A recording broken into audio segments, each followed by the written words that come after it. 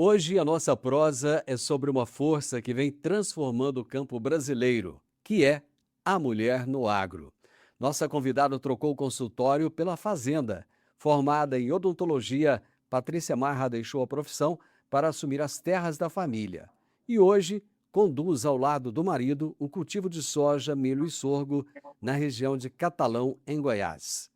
Mais do que produtora, Patrícia é presidente da Associação Mulheres do Agro de Catalão e Região, um grupo nascido em 2019 que reúne mulheres que têm a propriedade no seu próprio nome, que sentam às mesas das decisões e que conduzem também os negócios. Essa é uma associação que fala de liderança feminina, mas também de sucessão familiar, de preparar as novas gerações e de mulher apoiando mulher. Nessa conversa, nós vamos conhecer a trajetória dela, entender o papel da mulher como protagonista e parceira no negócio no campo e falar sobre o que está por trás desse movimento que cresce a cada safra. Patrícia Marra, seja muito bem-vinda, é um prazer falar com você. Muito obrigada, é um prazer também falar com você aqui no programa Agro e Prosa, Morada no Campo, e vamos começar nosso bate-papo. Vamos começar o nosso bate-papo. Primeira pergunta, só para complicar. O que você acha melhor, ser dentista, odontólogo ou ser produtora rural? Olha, fica difícil essa resposta. Fica bem difícil, porque a minha trajetória na odontologia, ela foi realmente por muito amor, muita paixão. Foi muito difícil me desligar, mas hoje eu, embora continue com essa paixão guardadinha, não há espaço mais para a Patrícia odontóloga. Hoje, realmente, é a Patrícia produtora. Você já veio de uma família de produtores rurais? Sim, meu pai era produtor, Hum. o meu pai não tinha nada, ele casou com a minha mãe, foram morar num ranchinho de palha, de pau a pique, no fundo da fazenda de um tio deles, que cedeu esse espaço para eles, até meu pai comprar um gado e conseguir se virar. E assim foi, meu pai comprou o gadinho dele, conseguiu. Meu pai, era analfabeto, ele desenhava o nome, a única coisa, e ele conseguiu pouco a pouco, ter a fazenda que a gente tem hoje. E eu nasci depois de 25 anos de casamento do meu pai e da minha mãe. Minha mãe não podia ter filhos. Então, eu nasci, meu pai tinha 52 anos, minha mãe tinha 44. Sempre admirei muito a história do meu pai, mas queria fazer a minha própria história, então fui para odontologia. Para os padrões da época, quer dizer, a sua mãe teve, assim, na época o pessoal ia falar assim, ela foi mãe velha, né? Sim, Para os padrões da época. sim, bastante, bastante. Você é filha única? Sou filha única, filha única. Filha Mas única, perdi por meu pai que? aos 25 anos de idade. Nossa, muito, muito jovem. Por que odontologia? Eu sempre gostei muito de desenhar, de Ah, esculpir, então assim, aquele sonho, assim: "Ah, eu quero fazer um um sorriso melhor, quero promover mudanças, quero impactar a vida de pessoas". Mas, assim, não foi bem esse lado que me levou para odontologia, não. O que me hum, levou para odontologia, eu fui para odontologia para ser odontopediatra. Aí, quando eu entrei na disciplina de odontopediatria, eu descobri que não ia dar certo, que eu não ia conseguir ser uma boa odontopediatra, e aí eu fui para a área de dentística restauradora, onde eu fiz especialização, mestrado e fui aprovada no doutorado, mas não segui em frente, porque eu tive que voltar para Catalão para ficar com a minha mãe, após a morte do meu pai. O que que pesou na decisão de você assumir as terras da família? E o que que passou, sim, pela sua cabeça nesse momento da virada? Eu não tinha opção, né, filha única, eu não tinha opção. A minha mãe era aquela mulher totalmente do lar, que não sabia fazer um supermercado ou ir num açougue sozinha. Era meu pai quem fazia tudo. né. E todas as noites, embora eu tenha saído de casa muito cedo, meu pai me ligava e falava assim: "Minha filha, o que você comeu? Hoje na fazenda eu fiz isso, isso, isso, isso". Então, quando meu pai faleceu, eu sabia tudo o que estava acontecendo nos negócios. Só que meu pai, ele não plantava, ele trabalhava com gado leiteiro. E a maior parte da fazenda ele arrendou para a soja. Então eu falo que a vida da gente melhorou quando chegaram os paranaenses, os paulistas, com a soja aqui no centro-oeste, que até então era tudo muito contado, né. Então, meu pai não plantava, mas ele arrendava a terra. E tinha um pouco da área que ele cuidava com leite. Você falou uma coisa aí que eu tenho, assim, nas milhares de entrevistas que eu já fiz aqui, a gente já falou disso inúmeras vezes, o quanto a chegada dessas pessoas aqui na nossa região mudou para melhor a vida de todo mundo, né. Sim, Os mudou os pau totalmente. é, mudou tudo, mudou tudo. Eu assim, a minha infância, ela remete a esse passado de pobreza, de terra desvalorizada, e a chegada do pessoal começou com São Paulo, até chegar no Rio Grande do Sul, e isso mudou completamente, né, o valor das terras, né, a produtividade, tudo mudou na vida das pessoas. E aí me conta uma coisa, bom, você já sabia tudo da fazenda, seu pai te contava, o falecimento do seu pai foi algo, assim, muito repentino ou foi Foi, ele algo, teve um assim, infarto que chegou. fulminante e Nossa! faleceu. Você já estava casada na época ou não? Não, na época não, não estava. Mas Você assim, morava onde? eu morava em São José dos Campos. Eu estava em casa na temporada de final de mestrado e início de doutorado. Hã, certo. Aí E você mas, decidiu ficar, resolveu ficar. eu resolvi ficar, porque eu não podia deixar minha mãe sozinha Hum, e não podia hum, deixar as terras sozinhas, as propriedades sozinhas, né. Só que eu consegui manter ainda por muito tempo o meu consultório odontológico. certo, Como era leite, chegou uma hora que a mão de obra ficou difícil, aí eu passei para recria de machos, certo. nelorados. Então eu comprava o bezerro, médio o boi. Nessa época eu já era casada. E aí a gente fez esse esquema, o meu marido ele sempre gostou muito de trabalhar com boi, e aí a gente foi para esse esquema. E os arrendos permaneceram da mesma forma que o meu pai deixou. Um belo dia, meu marido vira para mim e fala assim: "Vamos plantar?". Eu falei para ele: "Você tá louco. Meu pai, que é meu pai, nunca plantou na vida, como que a gente vai começar a plantar?". Ele falou: "Simples, a gente vai começar do começo, você tem noção de mercado, você acompanhou os arrendamentos, eu vou ficar na lida do dia a dia, você vai ficar na gestão, e assim será. Só que eu preciso que você deixe o consultório". Eita! E aí? E aí eu pensei, pensei muito e falei: "Eu acho que meu pai vai ficar orgulhoso se eu fizer isso". Iria ficar. Uau! E aí foi a decisão, começamos do nada, sem a gente tinha um trator, Massey Ferguson, vermelhinho que meu pai tinha deixado, mas a gente não tinha nenhuma máquina, nada, aí partimos para aquisição de máquina, construção de barracão, começamos com uma área pequena, de 150 hectares, e fomos evoluindo. Hoje a gente toca 100% da fazenda, São quantos hectares lá que vocês tocam hoje? 1.300. É uma área considerável, né, uma área Sim, grande. sim. Patrícia, quais são as culturas que vocês plantam lá na propriedade de vocês? A gente planta soja, milho e sorgo, porque a gente é sequeiro, a gente ainda não tem irrigação. Certo. Aí faz safrinha? Faz, né? A gente faz a nossa região não é tão boa para safrinha. A gente faz a safra principal bem feita, Uhum. né, e aí se sobra janela, a gente faz a safrinha. mas não necessariamente a gente pode pensar em safrinha na nossa região em sequeiro. Uhum. Você me diz que você conduz a propriedade ao lado do seu marido. Como é que funciona Sim, essa divisão de trabalho na prática? Quem decide o quê? Porque você falou assim: "Ah, ele me disse que eu entendia de gestão e tal".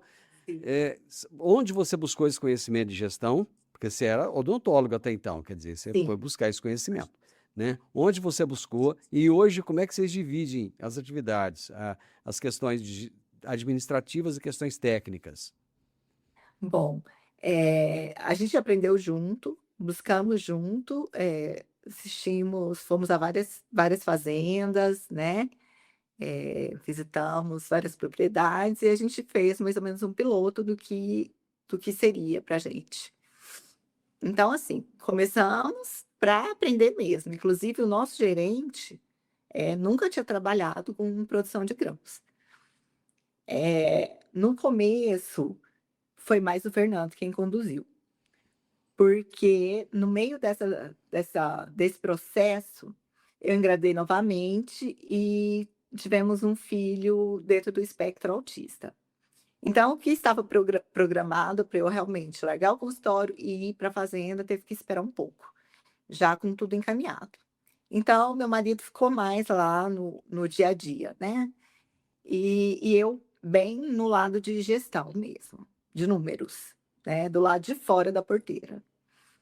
Aí, com o tempo, meu filho foi crescendo, adquirindo mais independência, e eu fui entrando ali, buscando aprender mais e participando da tomada de decisão. Hoje, meu marido fica nas compras de insumos, sementes, fertilizantes. Nós 2 ficamos junto no na tomada de decisão de manejo, sempre uma decisão a 2, né, não a 2 na verdade, a 3 que tem um agrônomo também, então a gente faz todas as reuniões, e esse manejo a gente define junto. As vendas ele faz, e a questão de gestão é toda por minha conta. Como é que você consegue manter o equilíbrio do lado afetivo de família com o lado do negócio, que é mais frio, né? O negócio Sim. que não tem afetividade nenhuma, não tem coração, tem cérebro, né? Como é que você consegue conciliar isso? Eu vou te falar que é impossível num almoço a gente não falar de negócios. Então a gente sempre se está falando de negócios. E acho que isso é bom, porque nossos filhos estão sempre ouvindo sobre os negócios. Então, eu acho que o mais importante, para a gente, o mais importante foi a definição de papéis e o respeito, né. Quais são os assuntos, os temas que mais entram aí na pauta nesses horários de almoço? É armazenagem, é custo de produção, é tecnologia? O que que é que Armazenagem muito e tomada de decisão. "Ai, o que vamos plantar? Qual semente? E agora? A gente desseca, está na hora de dessecar, venda. Olha, nós vamos precisar vender, nós vamos precisar segurar", como é que toda essa questão aí da gestão e da tomada de decisão também, porque a gente faz rotatividade de cultura, e eu gosto muito do milho na safra verão. Uhum. E aí gerou-se um impacto, um impasse esse ano, né. Nós vamos avançar na área de milho ou a gente vai permanecer da forma como a gente permanece, que é 80% soja, 20% milho. Nós somos muito felizes com o milho verão. Então, assim, isso foi assunto por muito tempo em casa. Por conta do El Niño, quais efeitos teremos, então vai dar, não vai dar, o milho precisa de mais cuidado, a soja é mais rústica, então esse foi um assunto bem persistente. Vamos falar um pouco da associação a qual você está à frente agora, que é a Associação Mulheres do Agro de Catalão e Região. Como é que você entrou na associação e como é que você chegou ao patamar que você está hoje? Olha, a associação foi muito importante para mim, porque naquele momento eu entrei quando a Fernanda Favoreto era presidente, logo no começo, não participei das primeiras reuniões, mas A associação, ela foi me mostrando o agronegócio dia a dia e foi, me dando caminhos por onde estudar e como entrar ali no campo, da porteira para dentro. E foi assim, em seguida tivemos a gestão da Sônia Bonato, e chegou uma hora em que esse grupo, ele ficou meio apagado, assim, né, um pouco as mulheres se dividiram um pouco. Nesse momento eu falei: "Eu preciso entrar, eu vou entrar, porque eu preciso unir muito esse grupo". Então a minha bandeira nunca foi crescer o grupo, mas unir. E hoje somos um grupo bem coeso, onde todo mundo pensa da mesma forma, a gente rema para o mesmo lado, e eu tenho certeza que estou conseguindo fazer o que eu me propus. Vocês participaram agora recentemente da Expo Catalão e vocês tiveram um stand próprio da associação, que é algo assim, quase que impensável, né? Chegar a ter um stand dentro de uma exposição. E vocês levaram cerca de 600 pessoas na palestra de abertura. O que que essa virada representou para o grupo e o que que você acha que ela pode trazer daqui para frente? Olha, eu acho que firmou muito o nosso grupo perante a sociedade, porque muitas vezes era visto como um grupo de mulher que não fazia nada e se encontrava para tomar chá à noite, né. Então a gente conseguiu provar o que a gente faz, o nosso trabalho, eh, a gente conseguiu firmar como liderança feminina no agro, e o sindicato rural foi muito importante por, acreditar no grupo, né, na associação, então ele nos prestigiou com esse stand. Mas antes a gente era, assim, uma partezinha da feira, né. Durante a feira a gente tinha uma sala, no lugar mais improvisado que fosse, e a gente reunia em torno de 40 mulheres, só mulheres. Mas eu tenho muito, em mim no seguinte, é muito importante essa questão da liderança feminina, mas por que que é importante a liderança feminina? Porque eu acho que o pai, ele tem um processo como provedor, ele já é visto como provedor. E a mãe arrasta pelo exemplo. Então é muito diferente para o filho ver a mãe acordando e indo para a fazenda e tomando decisões e trabalhando. Eu acho que a mãe arrasta pelo exemplo. E então fica muito mais fácil trabalhar com sucessão. Eu vi uma frase sua que é o seguinte: quando fortalecemos uma produtora, fortalecemos também a sua propriedade, a sua família e toda a cadeia produtiva. Na prática, como é que uma associada percebe esse fortalecimento no dia a dia da fazenda dela? Eu acho que ela observa outras produtoras, né, ela se inspira. A gente forma uma rede de apoio e a gente esclarece muitas dúvidas. Cada mulher trabalha com temos mulheres que trabalham com leite, mulheres que trabalham com cebola, alho, eh, que trabalham com feira, produção de queijo, né. Então assim, somos muito heterogêneas e temos, associadas grandes, que são donas de grandes propriedades, e temos associadas que são donas de pequenas propriedades. E todas têm a mesma fala no grupo, não existe diferença. Então eu acho que uma, sempre está ali de mão dada com a outra, e assim, a gente consegue quebrar esse mito de que a mulher não pode ir da porteira para dentro. Tinha-se muito isso, né, que, a mulher ela poderia ficar na gestão, mas ela não entraria para dentro da propriedade. E acho que a gente se fortalece, a gente se junta para dizer que a gente pode sim. Quem quem está ali me acompanhando sabe como eu faço, e acho que os próprios maridos vão vendo, eh, o que as outras esposas estão fazendo pelas propriedades e vão abrindo espaço para outras mulheres. Porque eu não sou da bandeira feminista, eu sou da bandeira da família no agro. Mas essa realidade, você acha que ela tem se consolidado? Porque realmente, durante muito tempo, quando você falou assim, muita gente achava que nós éramos um grupo de mulheres que nos reunimos para tomar chá. Durante muito tempo, a mulher de produtor rural era vista como dondoca, né? Sim, Ou então era vista como aquela que ia cuidar da pionada ali, da comida, para da vida, cozinha, isso. né? Isso. E isso quer dizer, a gente já sabe que mudou. Isso é perceptível, a gente já vê isso, mas a sociedade já assumiu essa visão da mulher que está à frente do negócio, que não é a sombra apenas do marido? Assim, a associação está mostrando muito isso. Antes, meu pai eu sou filha de produtor, então eu cresci na fazenda, né, meu pai me levava para a fazenda muito pequena, eu me lembro uma vida inteira em cima de um cavalo, pescando com meu pai, em leilão, eu era a única menina que estava lá, subia na porteira, contava o gado. Mas quando eu fui para a gente começou a plantar, nossa, passei por várias vezes, assim. Eh, Meu marido recebia convites para revendas, para dias de campo, e eu nada, assim, sendo produtora, assim, todo mundo achava que eu levava e buscava menino na escola.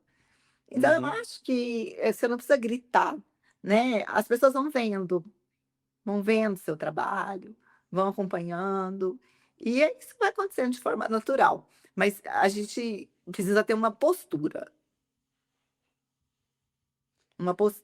estar ali, querer participar, né. Não adianta você falar: "Ah, eu quero ser uma uma liderança no agro", se você não participa da vida no agro, né. Você tem que saber a cultura, você tem que saber o manejo, e isso para mim foi muito difícil, e é muito difícil para a maioria das associadas, porque a maioria não são agrônomas nem veterinárias. A gente falou um pouco aqui de sucessão familiar.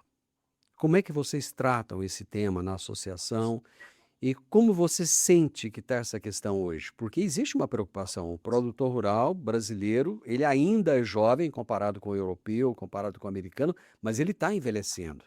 E a gente tem uma geração que durante muito tempo ela saiu da propriedade rural. Ela foi ser odontóloga, ela foi ser médica, ela foi ser advogada, ela foi ser engenheira, ela foi ser outras coisas, ela foi ser dona de casa, foi ser esposa. E o campo ficou carente dessa juventude. De repente, o campo está chamando esses jovens de volta. Nós precisamos de vocês, né? Vocês estudaram, se tornaram grandes profissionais, mas agora a gente precisa de dar continuidade no legado. Como é que vocês sentem isso na prática, esse trabalho dentro da associação? Porque uma coisa é a gente falar dele, outra coisa é a percepção dele. Sim. Eu tenho esse tema comigo, Divino, porque, assim, eu não tive opção, eu não tive sucessão. Eu simplesmente tive que ir para o negócio e encarar de Uhum. frente. Eu não quero que os meus filhos passem por isso, né. Eu deixo livre para eles a opção de vir para o negócio ou não, mas eles têm que saber o que está acontecendo, né. E, como eu disse, a mãe arrasta pelo exemplo. A minha filha, por exemplo, ela não é muito da porteira para dentro. Mas ela participa comigo de todas as questões, as reuniões com relação a finanças. Então ela está comigo, e aí ela tem que participar e ela é remunerada por isso. Então assim, de certa forma ela está incluída no negócio. Eu acho que a gente tem que desde pequenininho levar eles para a roça, para viver o dia a dia. Eu fui criada ouvindo assim: "Fazenda não dá futuro". E não é isso que eu passo para os meus filhos. Dá futuro sim. Né, se você for bom em qualquer área que você optar na sua vida, eh, vai ter sucesso. E eu vejo, é uma dor muito grande ver grandes propriedades sem sucessão. Então, assim, eu abraço muito essa causa e nós mulheres do agro, as nossas palestras são muito voltadas para a sucessão, para essa transição geracional, que foi o tema da palestra da Camila. Nós nós vemos, assim, que realmente, né, a família precisa estar unida ali no agro para continuar o processo que nossos avós, nossos pais fizeram. Bom, você que trabalha na gestão, como manter o negócio familiar, porém profissional? Porque esse é um outro grande gargalo hoje. Muita gente trata como familiar, mas assim, mistura tudo, né? O pessoal com, digamos assim, mistura o CPF com o CNPJ, né? Como fazer esse trabalho ainda em família, enquanto esposa, esposo, filhos, todo mundo junto, unido, mas com uma gestão profissional. Olha, a gente não pode ter amadorismo, né, porque dinheiro não aceita desaforo, então tem que ser entendido como uma empresa. Eu acho que por menor que seja a propriedade, ela precisa ser entendida como uma empresa. Então eu faço toda essa eu tenho uma pessoa que me ajuda nessa parte de financeira, então a gente faz retiradas mensais, né, e é completamente diferente assim, a retirada pessoal é o nosso salário, é o que a gente pode fazer, e o nosso padrão de vida se baseia nisso, mas a fazenda precisa rodar. Então não pode misturar de forma alguma. Tem que ser tudo na ponta do lápis, tem que ter programa de gestão, tem que saber para onde vai, tem que saber todas as dores daquela safra que se passou. Você falou que a sua filha recebe um salário por te ajudar. Qual a idade dela? Ela tem 15, 15 anos. 15 anos. De- Desde que idade você começou a remunerá-la pelo trabalho? Desde os 15, quando ela fez 15. Ok.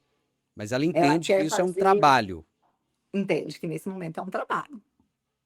É um trabalho, ela precisa participar das decisões. Ela precisa ver o que a gente está fazendo, ela precisa saber, né, que não é uma vida assim porque o agro hoje passou por uma fase de que o agro é lindo, né. Todo mundo quer É ser agro, todo mundo. todo mundo, então a Ele ficou pop demais, né? ficou, né. Então assim, não são flores, né.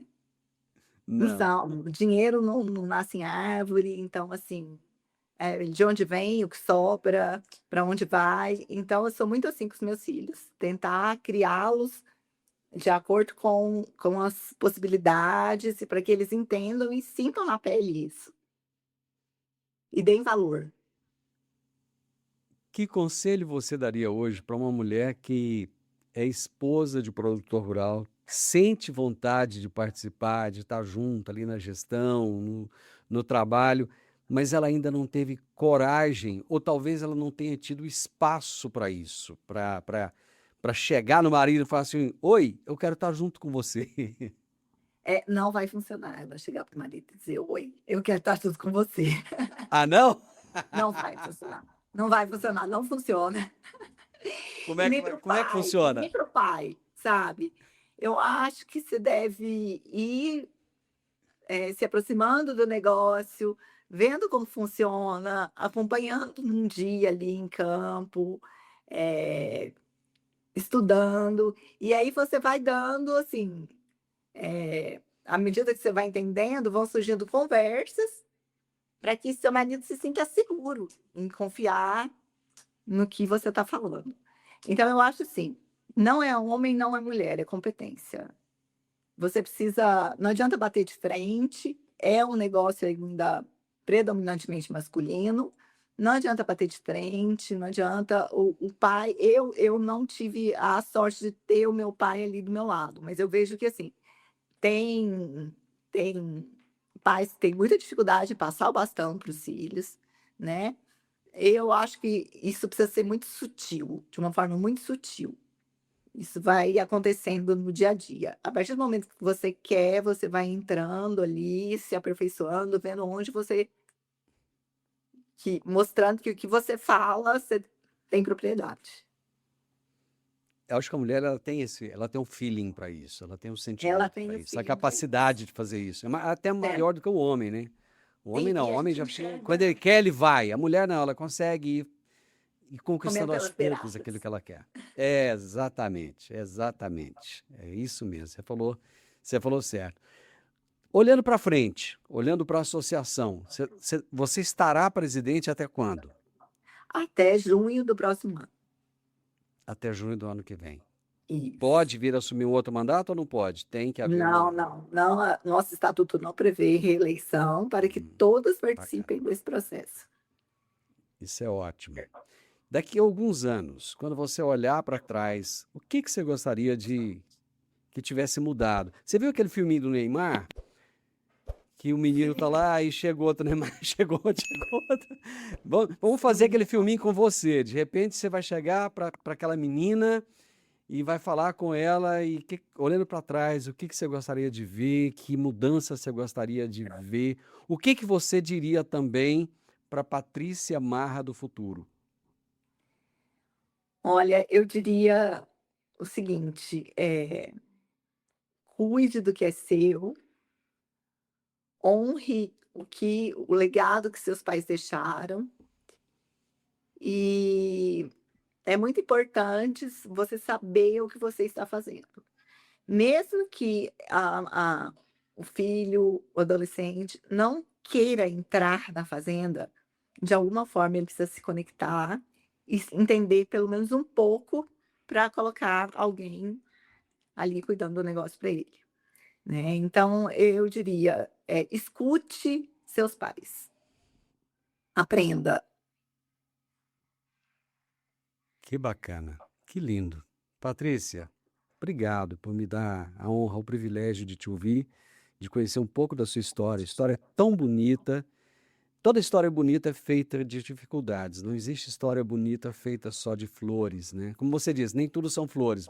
Aliás, na maioria das vezes, nós temos mais espinhos do que flores. As flores é que enfeitam o nosso jardim de espinhos, né? E eu fiquei maravilhado de ouvir sua história. Você serve de exemplo para tantas pessoas.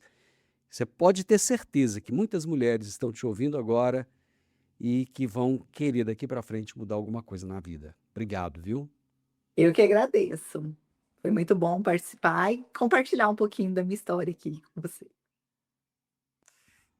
Olha só que história fantástica, né? Que história maravilhosa, que história de superação. A vida é feita de superação, né? Sempre assim. Nós temos que superar as nossas dificuldades. Não dá para deitar, chorar, lamentar, porque a terra continua a girar e os problemas continuam a se acumular. A Patrícia Marra mostrou isso para gente. Uma menina que cresceu vendo o pai fazer, estando do lado do pai, de repente perdeu a sua grande referência e teve que assumir esse papel tão forte. Hoje ela é mãe, esposa, filha, produtora rural e é presidente da Associação Mulheres do Agro de Catalão e região. Muito obrigado a você que esteve conosco até agora. Se você gostou, deixa um gostei aí pra gente, deixa comentários, compartilhe com outras pessoas e se inscreva no nosso canal. Um grande abraço para todos vocês e até a nossa próxima prosa. Tchau, tchau.